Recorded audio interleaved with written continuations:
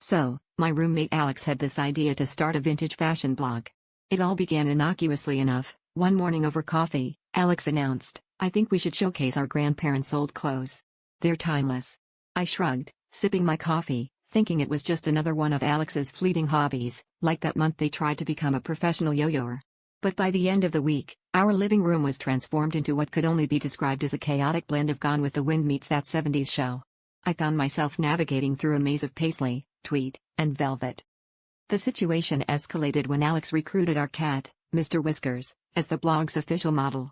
I came home from work one evening to find Mr. Whiskers sitting on the kitchen counter, sporting a miniature top hat and a bow tie that belonged to Alex's great-grandfather. The cat looked more dapper than I'd ever managed in my entire life. Alex insisted, "He has the perfect bone structure for hats." And from then on, every day was a fashion show. There were moments when I'd turn a corner and be confronted by Mr. Whiskers strutting down the hallway, wearing a feather boa, looking like he was late for a feline Gatsby party. Things got even more out of hand when Alex decided to host a vintage fashion gala in our backyard. They invited all our friends, promising a night of nostalgia and glamour. The backyard was filled with people trying to squeeze into outfits that were at least 2 sizes too small, each trying to outdo the other in their interpretations of vintage chic. The highlight of the night was, of course, Mr. Whiskers, who made his grand entrance perched on a remote-control toy car, wearing a custom-made tuxedo.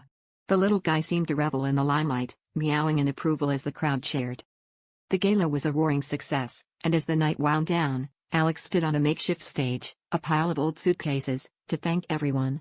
"This wouldn't be possible without our star," they said, gesturing to Mr. Whiskers, who was busy chasing a moth. The crowd laughed and raised their glasses in a toast. As I watched, I couldn't help but think that if Mr. Whiskers ever decided to branch out, he could easily start a spin-off blog titled Perfectly in Fashion. And that's how our cat became the toast of the vintage fashion world, proving once and for all that style truly is forever.